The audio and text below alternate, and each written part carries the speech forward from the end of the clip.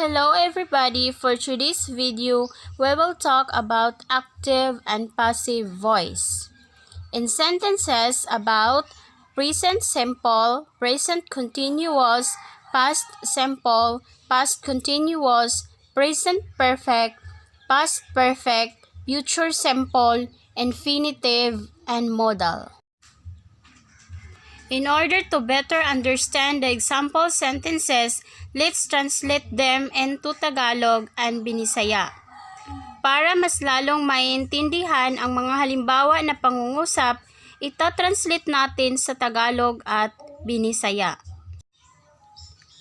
Before I will give an example, I will discuss first about active voice and passive voice. Active voice means that a sentence has a subject that acts upon its verb.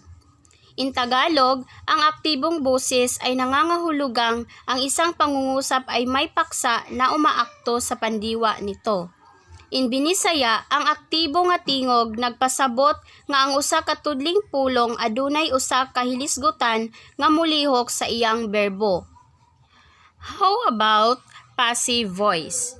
Passive voice means that a subject is a recipient of a verb's action.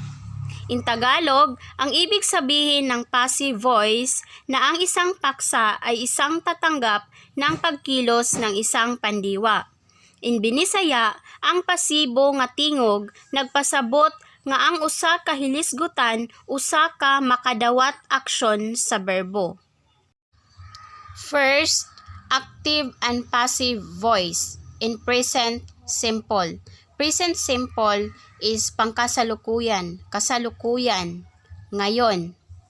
To form a sentence in active and passive voice in present simple, example, students write news reports.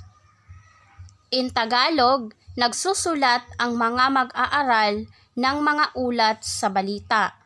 In Binisaya, ang mga estudyante nagsulat mga balita. To form a sentence in passive voice, news reports are written by students. In Tagalog, ang mga ulat sa balita ay isinulat ng mga mag-aaral. In Binisaya, ang mga ulat sa balita gisulat sa mga estudyante. Next, active and passive voice in present continuous. To form a sentence in active and passive voice in present continuous means kasalukuyan, tuloy-tuloy. Example, Jivan is baking a bread. In Tagalog, si Jivan ay nagluluto ng tinapay. In Binisaya, nagluto og pan si Jivan. To form a sentence in passive voice, example, a bread is being baked by Jivan. In Tagalog, isang tinapay ang inihurnong ni Jivan.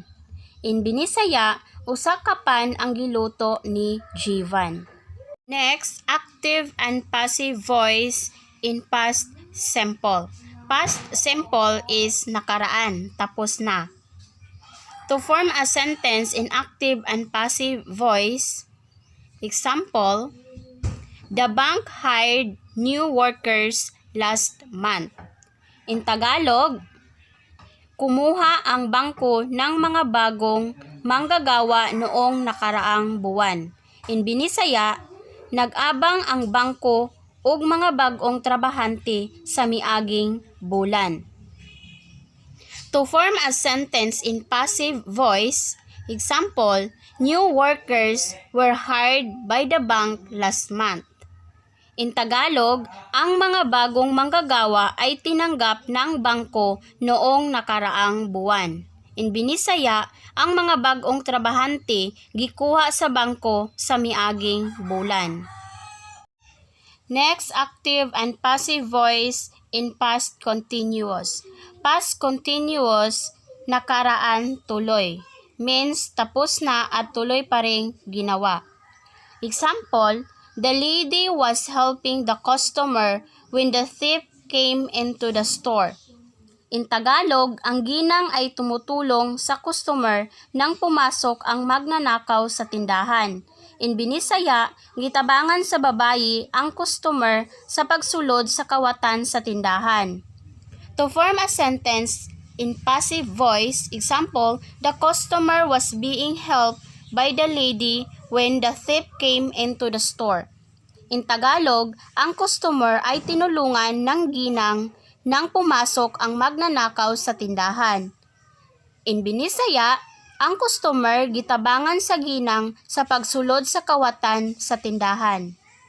Active and passive voice in present perfect. Present perfect means kasalukuyan perpekto. To form a sentence in active voice, example, we have already discussed the magazine. In Tagalog, tinalakay na natin ang magasin. In Binisaya, nahisgutan na namon ang magasin. To form a sentence in passive voice, example, the magazine has already been discussed. In Tagalog, tinalakay na ang magasin. In Binisaya, gihisgutan na ang magasin. Next, active and passive voice in past perfect. Past perfect means nakaraan perpekto. To form a sentence in active voice, example, she had delivered the foods. In Tagalog, naihatid na niya ang mga pagkain. In Binisaya, gihatod na niya ang mga pagkaon. To form a sentence in passive voice, the foods had been delivered. In Tagalog, naihatid na ang mga pagkain. In Binisaya, gihatod na ang mga pagkaon. Next, active and passive voice in future simple. Future simple means hinaharap. To form a sentence in passive and active voice. Example in active voice. The bank will hire new workers. In Tagalog, ang bangko ay kukuha ng mga bagong manggagawa. In Binisaya, mag-abang ang bangko og mga bagong trabahante. To form a sentence in passive voice, example, new workers will be hired by the bank. In Tagalog, ang mga bagong manggagawa ay kukuha ng bangko. In Binisaya, mga bagong trabahante kuhaon sa bangko. How about active and passive voice in infinitive? To form a sentence in active and passive voice, example in active voice, he has to deliver the foods. In Tagalog, kailangan niyang ihatid ang mga pagkain. In Binisaya, kinahanglan niya ihatod ang mga pagkaon. To form a sentence in passive voice, the foods have to be delivered. In Tagalog, ang mga pagkain ay kailangang maihatid. In Binisaya, ang mga pagkaon kinahanglan ihatod. Next, active and passive voice in modals. To form a sentence in active voice, example, he must deliver the foods. In Tagalog, dapat niyang ihatid ang mga pagkain. In Binisaya, kinahanglan niya ihatod ang mga pagkaon. To form a sentence in passive voice, example, the foods must be delivered. In Tagalog, dapat ihatid ang mga pagkain. In Binisaya, ang mga pagkaon kinahanglan ihatod.